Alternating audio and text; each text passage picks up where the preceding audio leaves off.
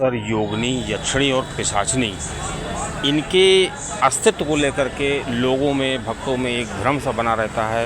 वो कन्फ्यूज भी होते हैं कि ये आखिर योगिनी और यक्षिणी और ये पिशाचिनी क्या ये सब एक ही रूप होते हैं या इनका क्या अस्तित्व होता है और ये कहाँ से आती हैं और ये क्यों हैं। इस तरह की बातें आती हैं क्योंकि अक्सर देखा जाता है कि कुछ योगिनियों और कुछ यक्षिणी और पिशाचिनियों के नाम एक जैसे होते हैं। तो दोस्तों ये बहुत ही रोचक बात है कि ये आखिर कहाँ से आई हैं, कौन है।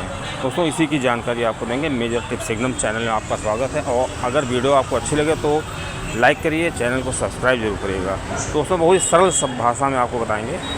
जो शास्त्रों में ऐसा बताया गया है, विद्वानों के द्वारा ये सब चीज़ें जो है बताई जाती हैं कि जो योगिनियाँ होती हैं, इनके नाम से ही लगता है कि योग मतलब ये जो दुर्गा माता हैं, इन दुर्गा माता की जो सांस थी, श्वास उससे ही उत्पन्न हुई थी। क्योंकि दुर्गा माता के सामने बहुत बड़े बड़े चैलेंज थे, उनको कई राक्षसों को मारना था। तो ये एक तरीके से माता की सहयोगिनियाँ होती हैं और माता की युद्ध में मदद करने के लिए इनका जो है अस्तित्व में आई थी। और इनकी एक ख़ास बात होती है, जो भी व्यक्ति, जो भी साधक इनकी साधना करता है तो ये उसकी आध्यात्मिक उन्नति करती हैं और उसको आध्यात्म की ओर ले जाती हैं। ये बहुत ही रोचक बात है। और अगर इनको कोई सिद्ध कर लेता है साधक, तो दोस्तों ये जो योगिनियाँ हैं उसको मोक्ष प्रदान कराने में, शिव धाम में ले जाने में उसकी बहुत ही ज़्यादा मदद करती हैं। और इसी तरह जो यक्षिणियाँ होती हैं, ये यक्ष लोक की होती हैं। यक्ष आपने सुना होगा, यक्ष जो यक्ष होते थे, गंधर्व होते थे, तो ये यक्ष लोक के में रहती थी। और जो यक्ष लोक है वो पृथ्वी के लोक से बहुत ही करीब माना जाता है। तो यहाँ से जब कोई मंत्र का उच्चारण किया जाता है तो वो मंत्र जो होते हैं वो इनको प्रभावित करते हैं और ये यक्षिणियाँ सिद्ध हो जाती हैं। अब दोस्तों ये यक्षिणियाँ किस तरह से हुई, ये जो देवलोक है, देवलोक में नृत्य का कार्य है या देवलोक में जो सुंदर कन्याएँ होती हैं उनको यक्षिणियों के नाम से जाना जाता है। और वहीं पे ये जाकर के, जैसे होटल में अटेंडेंट्स नहीं होती हैं या वेटर होती हैं, उस तरह से ये वहाँ पे कार्य करती हैं।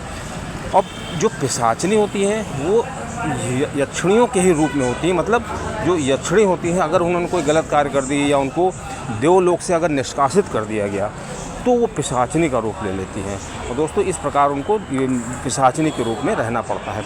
अब कुछ जो तांत्रिक होते हैं, जैसे पिशाचिनी को मतलब वो कर लेते हैं, सिद्धि प्राप्त कर लेते हैं, तो वो उससे अपने तरीके को कार्य करा लेते हैं। लेकिन ये जो पिशाचिनी अगर सिद्ध हो जाती हैं तो दोस्तों उसके कुछ बुरे परिणाम भी भोगने पड़ते हैं। इसी तरह यक्षिणियाँ, अगर कोई साधक इसको काम वासना के रूप में, इनको पत्नी के रूप में प्राप्त करना चाहता है और अपराध भी कर लेते हैं, तो ऐसा होता है कि उनको इस तरह की उनको तृप्ति तो प्राप्त होती है, लेकिन ये उनके लिए बहुत ही खतरनाक होता है। क्योंकि उस भक्त की जैसी भावना होगी, उस भावना पर आधारित, अगर उस भक्त की भावना सही नहीं होगी तो ये उसके लिए बहुत अहित भी कर सकती हैं।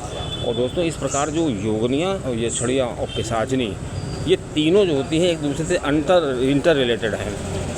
अब जो भक्त हैं जो योगिनियों को सिद्ध करते हैं तो एक तरीके से वो आध्यात्म की ओर ले जाते हैं और वो योगिनियाँ जो होती हैं भक्त की परीक्षा भी लेती हैं। और यक्षिणियों को अगर कोई सिद्ध करता है तो वो उसकी काम वासना की परीक्षा जरूर लेती हैं, क्योंकि उनके अंदर देखती हैं कि ये व्यक्ति जो साधक हमको सिद्ध कर रहा है, क्या वो हमारी ऊर्जा को संभाल भी पाएगा। तो अगर साधक उसमें खरा नहीं उतरता है तो उसका बहुत ही बुरा हो जाता है। इस प्रकार कोई भी साधना करनी चाहिए तो उसके पहले भक्त